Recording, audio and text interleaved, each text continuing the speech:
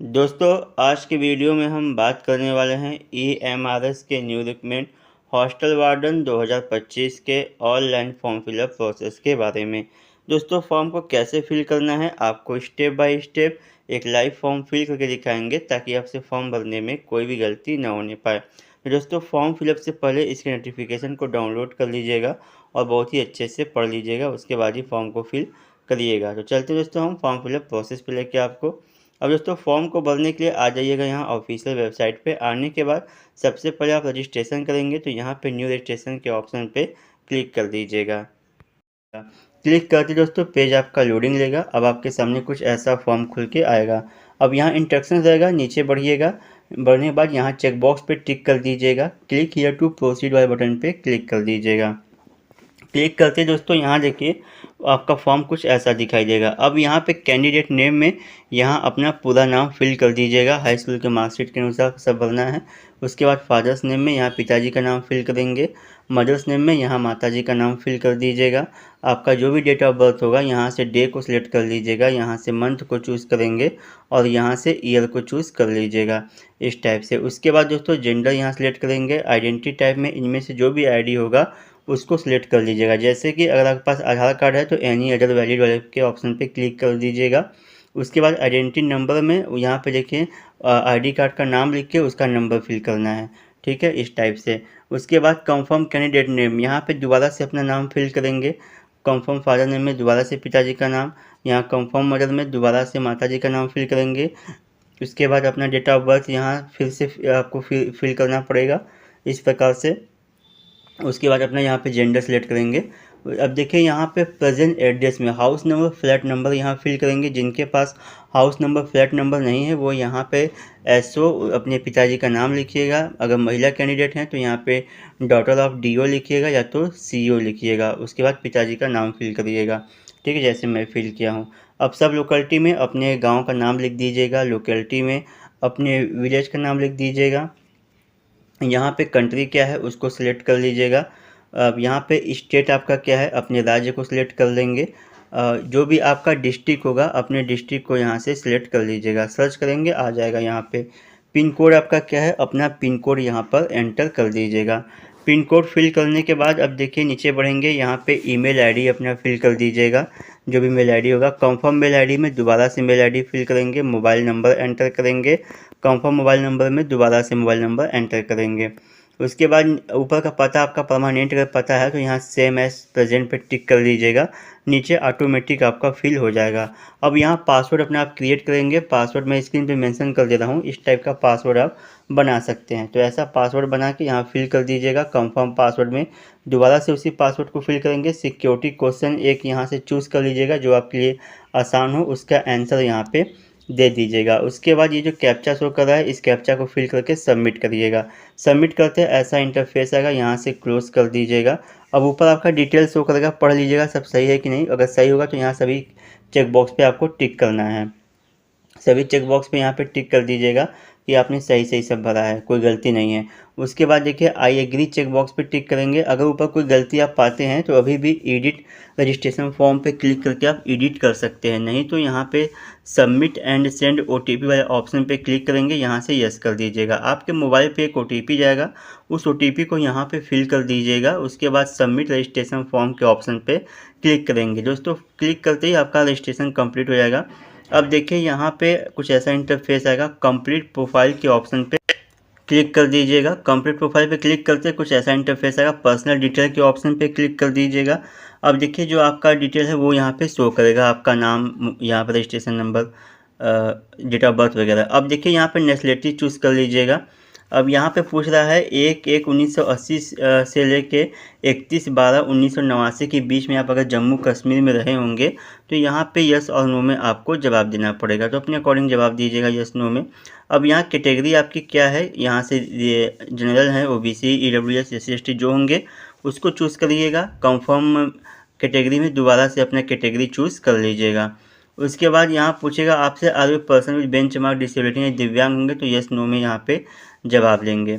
यहाँ पूछेगा आपसे are you person with disability, यानी कि स्क्राइब आपको चाहिए, यानी कि आपको लिखने में दिक्कत है तो आप किसी को लेके जाएंगे, आप बताएंगे तो वो लिखेगा आपका पेपर। ऐसा व्यक्ति चाहिए आपको, तो यहाँ पे यस नो में जवाब दीजिएगा, स्क्राइब। उसके बाद एक्स सर्विस मैन आप होंगे तो यहाँ पे यस और नो में जवाब दीजिएगा। Do you have 3 year continuous service in central government, यानी कि सेंट्रल गवर्नमेंट में आप 3 साल कंटिन्यू जॉब किए होंगे, तो यहाँ पे यस और नो में जवाब दे दीजिएगा।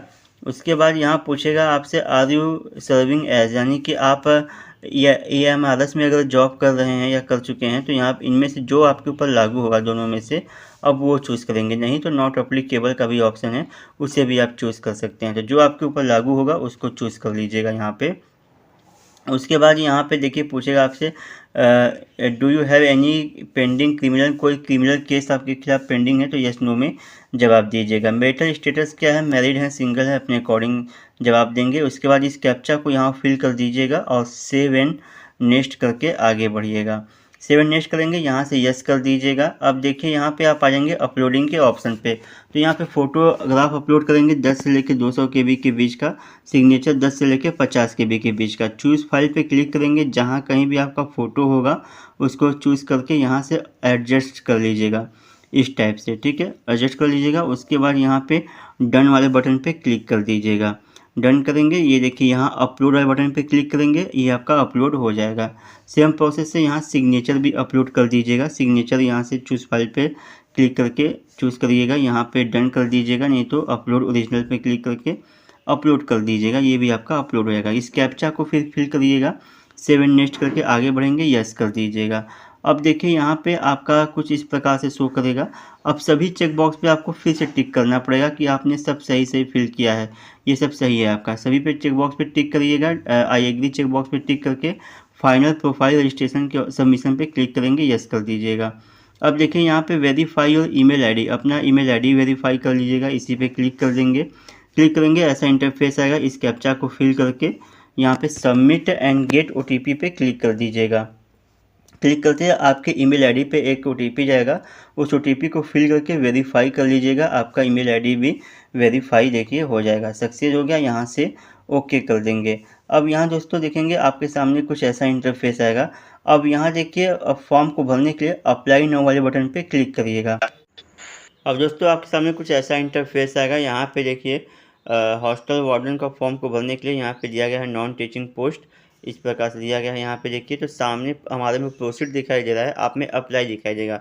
मेरे में प्रोसीड इसलिए दिख रहा है क्योंकि मैं पहले से ही इस पर वीडियो बना चुका हूँ फॉर्म भर के, इसलिए मेरे प्रोसीड दिखा रहा है। तो आप में अप्लाई दिखाई देगा, आप अप्लाई वाले बटन पर क्लिक कर दीजिएगा, ठीक है। उसके बाद देखिए कुछ ऐसा इंटरफेस आएगा, यहाँ से हॉस्टल वार्डन को यहाँ पे चूज़ कर लीजिएगा, ठीक है। और भी पद है यहाँ पे आप भरना चाहते हैं तो इसको टिक कर दीजिएगा, लेकिन ध्यान दीजिएगा आपका फीस जो है दुगना होता जाएगा, नहीं बढ़ता जाएगा, ठीक है। तो इन बातों का ध्यान दीजिएगा। तो आप जिस भी पद के लिए भरना चाहेंगे उस पर टिक करिएगा। जैसे मैं यहाँ पे हॉस्टल वार्डन के लिए बता रहा हूँ, तो मैं यहाँ पे हॉस्टल वार्डन चूज़ करूँगा। उसके बाद आप अपने अकॉर्डिंग चूज़ करिएगा।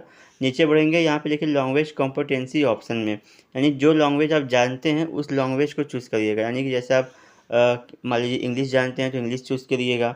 जैसे आप असामी या बंगाली या बोडो या ये सब जानते होंगे भाषा, तो इसको चूज़ करिएगा।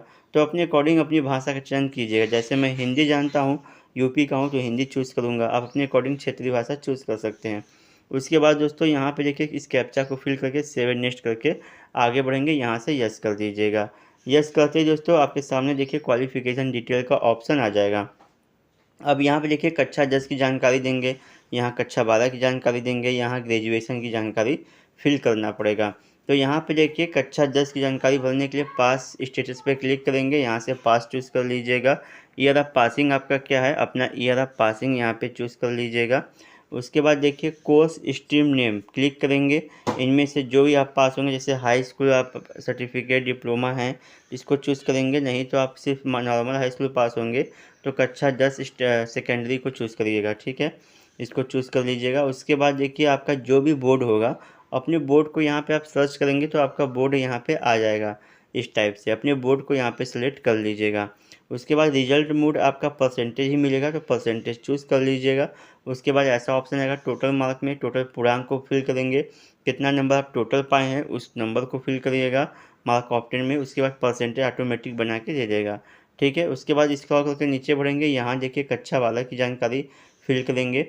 तो यहाँ पे सेम प्रोसेस से भरना है। जैसे पास स्टेटस चूज़ करेंगे, किस सन में पास आउट है उसको चूज़ करेंगे, ठीक है। कौन सा आप इसमें से कोर्स किए हुए हैं, कोर्स स्ट्रीम पे क्लिक करके चूज़ कर लीजिएगा। जैसे देखिए कक्षा 12 आप साइंस से पास होंगे तो साइंस चूज़ करिएगा। अगर मान लीजिए आर्ट साइंस होंगे या अन्य आपका कॉमर्स रहा होगा तो उसको आप ये इससे चूज़ करिए। जैसे मैं चूज़ किया हूँ, यहाँ पे बोर्ड सेलेक्ट करके परसेंटेज चूज़ करिएगा, टोटल मार्क फिल करिएगा, ऑप्टेन मार्क में कितना नंबर पाए हैं उसको फिल कर दीजिएगा, परसेंटेज आपका बन जाएगा। उसके बाद देखिए ग्रेजुएशन में यहाँ पे पास स्टेटस पे क्लिक करेंगे, पास है, पास को चूज़ करना है। उसके बाद देखिए ईयर ऑफ पासिंग क्या है, तो जो भी ईयर ऑफ पासिंग होगा आपका ग्रेजुएशन का उसको चूज़ कर लीजिएगा इस टाइप से। अब देखिए कोर्स स्ट्रीम नेम, तो यहाँ पे क्लिक करेंगे, जो भी आपका कोर्स रहा होगा अपने कोर्स को चूज़ कीजिएगा। जैसे बीएससी आप नर्सिंग किए हैं या बैचलर डिग्री है आपके पास, जैसे आपके पास बीटेक वगैरह है या बीए है, ठीक है, तो आप यहाँ पर बैचलर डिग्री वाले को चूज़ करिएगा सेकंड नंबर पे, या तो इसमें से स्पेशली कोई आपका होगा तो उसको चूज़ करिएगा। उसके बाद यहाँ अपनी यूनिवर्सिटी को सर्च कर लेंगे तो आपका यूनिवर्सिटी आ जाएगा, अपनी यूनिवर्सिटी को चूज़ कर लीजिएगा। अगर नहीं दिखेगा आपका यूनिवर्सिटी तो अदर्स का भी ऑप्शन है नीचे, उसको चूज़ कर लीजिएगा। रिजल्ट मोड में परसेंटेज चूज़ करिएगा, यहाँ टोटल कितना आपका ग्रेजुएशन में पूर्णांक था उसको फिल करेंगे, नंबर फिल करके यहाँ पे कितना पाए हैं यहाँ पे आपका परसेंटेज बन जाएगा। उसके बाद इस कैप्चा को यहाँ फिल करिएगा, सेव एंड नेक्स्ट करके आगे बढ़ जाइएगा, यहाँ से यस कर दीजिएगा। अब देखिए दोस्तों ओके करेंगे, आपकी सारी जानकारी यहाँ पे शो करेगा, तो स्क्रॉल करके नीचे बढ़िएगा पढ़ते हुए आपने सब सही सही फिल किया है कि नहीं, ठीक है। सभी जानकारी को पढ़िएगा, जो आपने अभी फिल किया है वही सब यहाँ पे दिखाई देगा। तो यहाँ पे देखिए अप्लाई फॉर एजुकेशनल डिटेल पर टिक करेंगे, आई एग्री चेक बॉक्स पर टिक करेंगे, फाइनल सबमिट ऑफ एप्लीकेशन पे क्लिक करेंगे, यस कर दीजिएगा।